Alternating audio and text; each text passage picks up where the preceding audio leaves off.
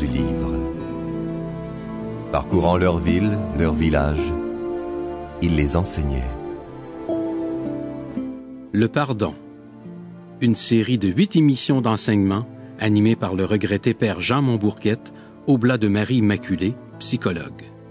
Aujourd'hui, à déroulement du livre, voici la suite de cette série.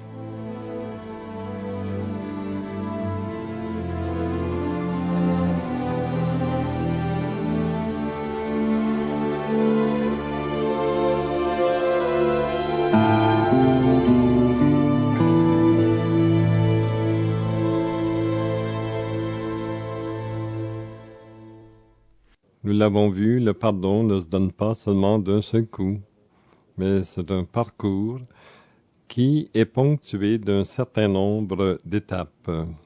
Nous sommes donc rendus à cette 7e rencontre et au cours de cette rencontre, nous allons voir le thème « Trouver un sens à sa perte » qui a été créé dans l'enfance.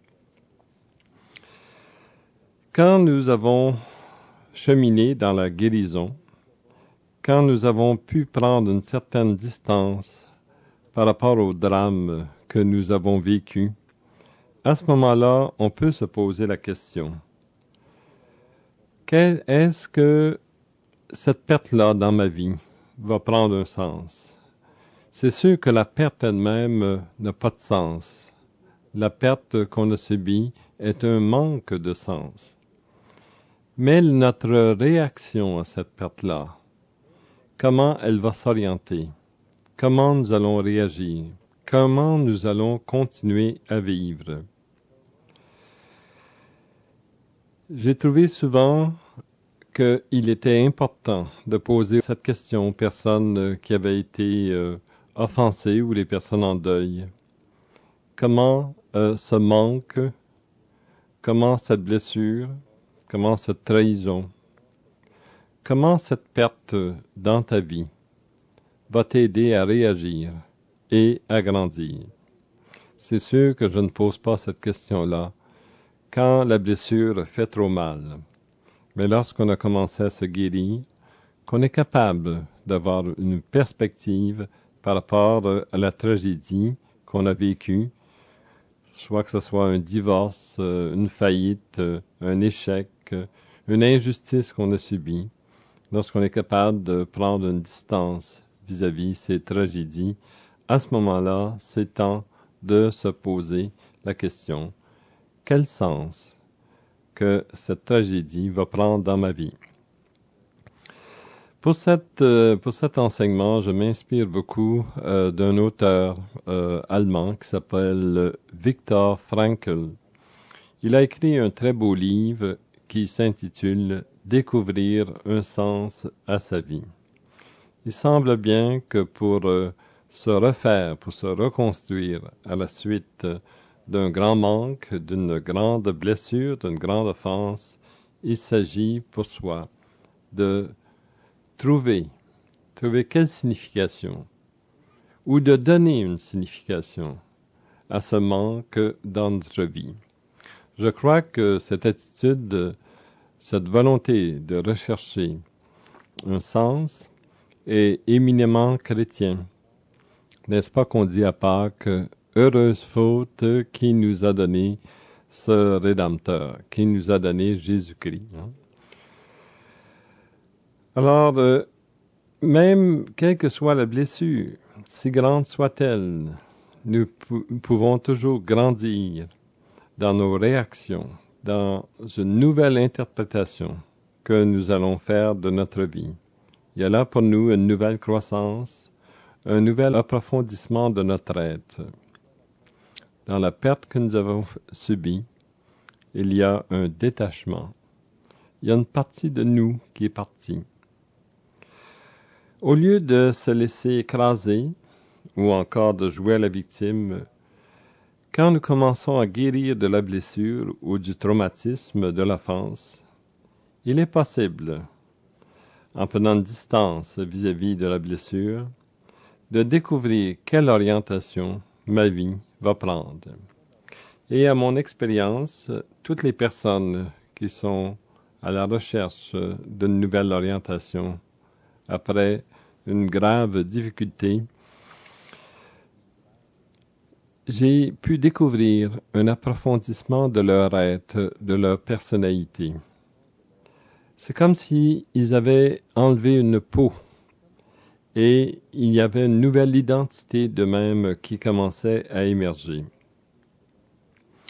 Plusieurs personnes, quand je leur pose la question du sens à la suite d'un deuil ou à la suite d'une perte, vont me dire des choses comme ceci. J'ai une meilleure connaissance de moi, je me connais mieux. Je suis plus conscient de mes ressources personnelles. Je m'étais accroché à quelqu'un, j'avais des attentes. Maintenant, je suis plus moi-même. Même il y avait cette personne divorcée qui me disait « Le divorce pour moi a été très pénible et j'aurais aimé mieux rester marié. Mais étant divorcé, il a fallu que je découvre en moi des talents que j'ignorais. Je suis retourné à l'université. J'ai obtenu un diplôme et maintenant j'ai plus d'autonomie et d'indépendance dans ma vie. » Alors cette personne-là, au lieu de se laisser écraser par ce divorce que son mari avait demandé, elle a réagi et voici qu'elle se trouve maintenant avec une plus grande autonomie et une plus grande confiance en elle-même.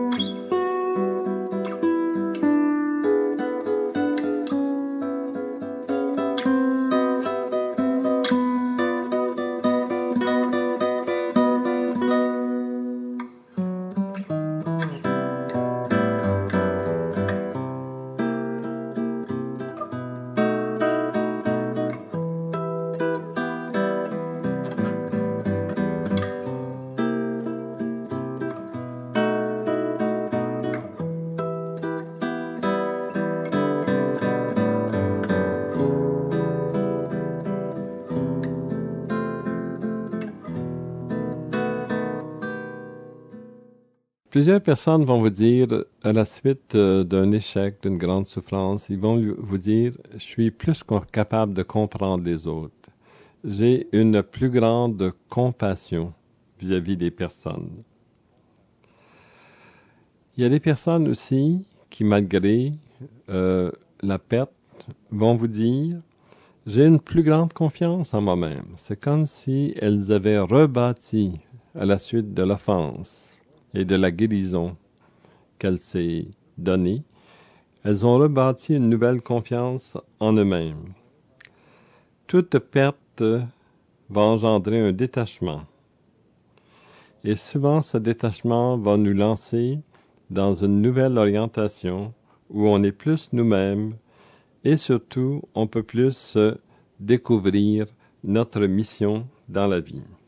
C'est une chose assez curieuse que souvent nous allons développer une mission justement à la suite d'une blessure qui va nous donner une orientation.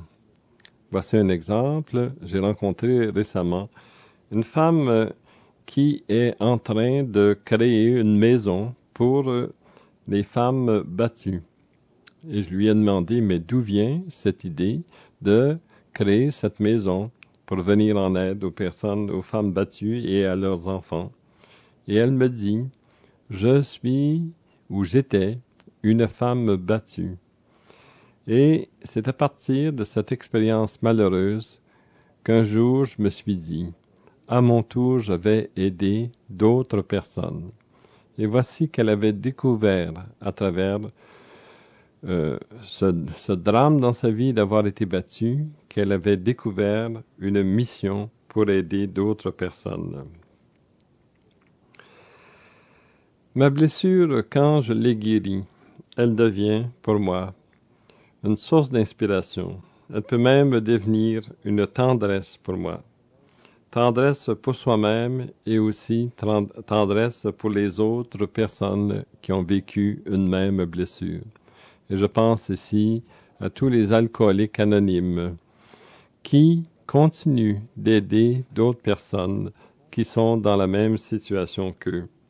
Leur blessure est devenue inspiratrice d'un travail auprès des autres personnes.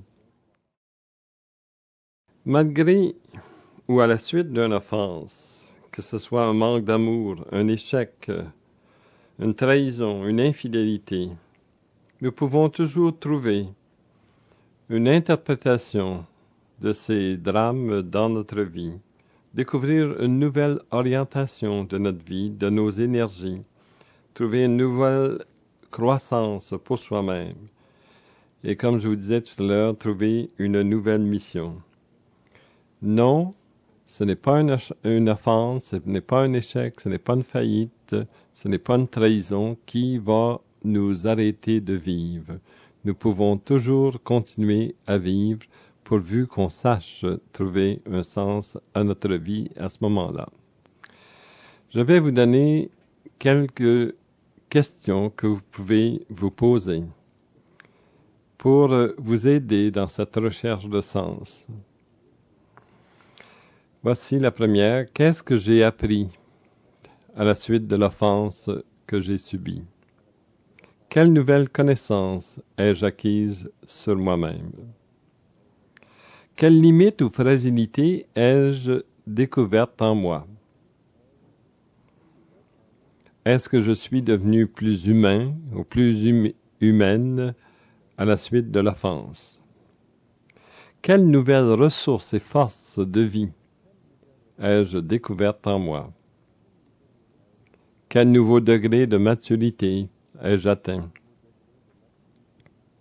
À la suite de cette blessure, à quoi cette épreuve m'a-t-elle initié dans la vie? Quelle nouvelle raison de vivre me suis-je donné? Une autre question serait celle-ci. Jusqu'à quel point ma blessure a-t-elle fait émerger le fond de mon âme? Souvent, une blessure va nous réveiller et va nous remettre en contact profondément avec notre âme. Dans quelle mesure ai-je décidé de changer mes rapports avec les autres et particulièrement avec Dieu? De quelle façon vais-je maintenant poursuivre le cours de ma vie? Voici autant de questions auxquelles nous pouvons apporter des réponses qui vont nous lancer à nouveau dans la vie. Non, ce n'est pas un échec, ce n'est pas une blessure ou une insulte ou une trahison qui va nous arrêter de vivre.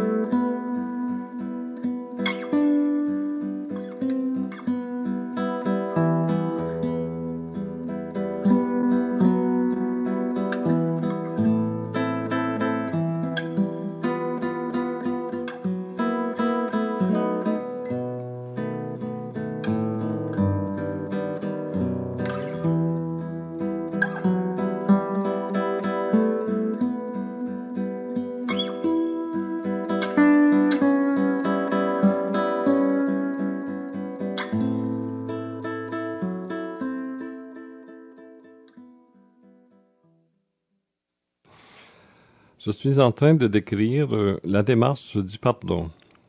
Et nous en sommes rendus à notre 9e étape. Et vous serez peut-être surpris du libellé ou du titre de cette 9e étape. Après avoir fait autant d'efforts pour se guérir, pour de comprendre notre offenseur et de trouver un sens à notre perte, voici que on vous demande de renoncer à s'approprier le pardon. On vous demande de lâcher prise, non seulement sur l'offense, mais sur le pardon lui-même. Quelle curieuse demande qu'on vous fait alors que vous travaillez tellement fort à pardonner à votre offenseur.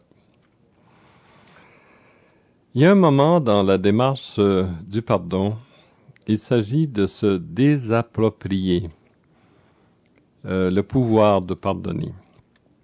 Parce que le pouvoir de pardonner ne nous appartient pas. On va dire souvent, se venger est humain, mais pardonner est divin. Oui, nous entrons dans la deuxième partie de ce pardon. La première partie était cette tâche de se guérir psychologiquement et spirituellement. Et la deuxième partie du pardon, c'est de se rendre disponible à recevoir la grâce de Dieu, la grâce du pardon. Pour bien se rendre disponible à cette grâce, il s'agit d'arrêter de s'acharner à vouloir pardonner par ses propres ou ses seules ressources personnelles. Oui, on a fait cette préparation. On s'est guéri intérieurement. On a reconnu nos différentes émotions qui montaient. Nous avons recréé de l'harmonie en soi. Nous avons été capables de commencer à comprendre notre offenseur et de trouver un sens à cette blessure dans notre vie. Mais il arrive un moment où il s'agit de s'abandonner et de s'ouvrir peu à peu à la grâce de ce pardon que nous allons recevoir. C'est un peu comme si on lavait une vitre, on lavait une vitrine pour permettre au soleil du pardon de Dieu, de passer à travers nous. Nous faisons comme le véhicule du pardon de Dieu. Et c'est par nous que Dieu va pardonner à notre offenseur. C'est alors que nous devons développer des attitudes plus passives qu'actives, une attitude plutôt de prière qu'une attitude où on veut se transformer ou transformer la personne qui nous a blessés. J'ai ici en mémoire l'histoire d'un de mes amis missionnaires.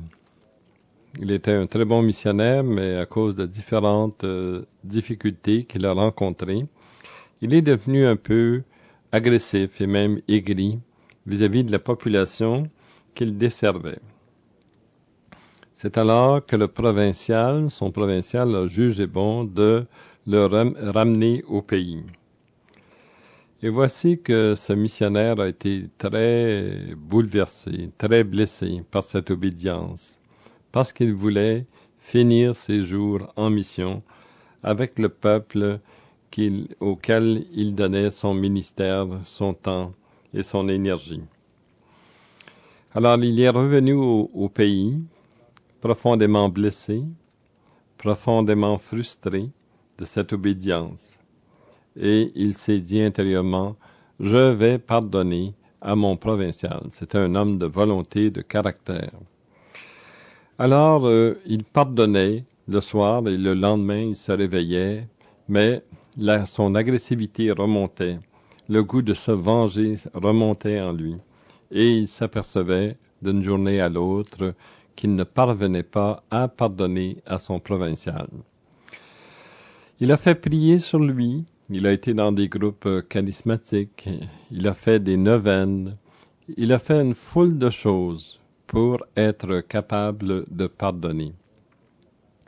Alors voici qu'un soir où il se décourageait, d'être capable de trouver la paix intérieure et de laisser tomber l'amertume, l'aigreur vis-à-vis de son provincial, il méditait à la chapelle. Et tout à coup, il a pris la Bible, il a ouvert la Bible au hasard et il a lu une phrase. Et cette phrase, c'était « Dieu seul peut pardonner ». Il a refermé la Bible et il s'est dit « Mais que je suis donc bête. Ça fait 2 ans que je m'efforce de pardonner de mes propres forces, de mes propres ressources, et voici que je viens de lire que Dieu seul peut pardonner. » C'est alors qu'il s'est jeté à genoux et il a dit au Seigneur « Quand vous serez prêt à laisser passer le pardon à travers moi, je suis prêt à l'accepter. Je suis prêt à le donner à mon provincial. » Et il s'est mis dans un état d'accueil, un état de réception, de prière, pour que le Seigneur lui accorde le pardon. Et il me disait, chose qui l'a très surpris, c'est que 3 jours plus tard, en se réveillant le matin, il a senti en lui une grande paix, il a senti en lui une grande détente. Il a pensé à son provincial. Il n'a plus ressenti les mouvements d'aigreur, d'agressivité envers lui.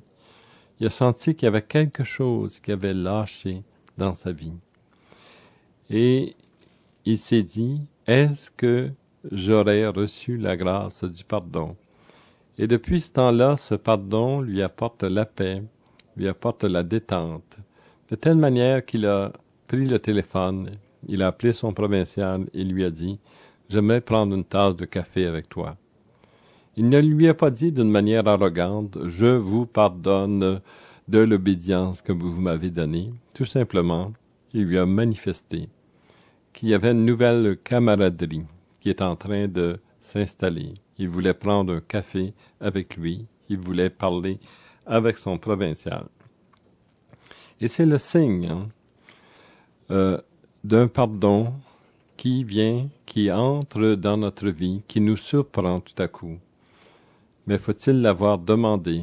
Faut-il avoir prié au préalable, le Seigneur, de laisser passer son pardon dans nos vies, de laisser passer sa paix, cette libération intérieure. Vous savez, je crains les personnes qui nous arrivent et qui nous disent « Je te pardonne. Toi qui as fauté contre moi, je te pardonne. » Souvent, ce pardon a trop l'air d'un geste d'orgueil, a trop l'air d'un geste de domination. Le pardon du Seigneur est un pardon plus subtil, plus doux, qui vient dans notre vie et qui nous transforme. Alors, comment se mettre dans cette disposition de se laisser transformer par le pardon du Seigneur? Oui, vraiment, le pardon ne nous appartient pas. Ce qui nous appartient, c'est de se préparer, d'ouvrir son cœur, de se mettre disponible à la venue de cet amour de Dieu qu'on appelle le pardon en soi. On ne peut pas de soi-même se donner le pardon. Et dans la littérature sur le pardon actuellement, plusieurs psychologues essaient d'utiliser le pardon comme une technique psychologique sans la foi. Et je doute que le pardon soit capable de se réaliser dans de telles conditions. Vous savez, le pardon ne vient pas de nos tripes, ne vient pas de nos entrailles. Ce qui vient de nos entrailles, c'est ce goût de se venger. Le pardon est une grâce divine, une grâce qui nous transforme intérieurement. Le pardon n'est pas le fruit d'une volonté propre, d'une volonté de puissance, d'une volonté qui veut dominer l'autre, mais c'est une douceur, c'est une tendresse, c'est une grâce, c'est un don qui pénètre notre vie. Et c'est ici que la prière intervient et qu'il est tellement nécessaire, quand nous voulons pardonner, de se mettre en état de prière et demander au Seigneur qu'il passe dans notre vie, que sa présence amoureuse vienne nous guérir et en même temps vienne guérir nos relations avec la personne qui nous a offensés.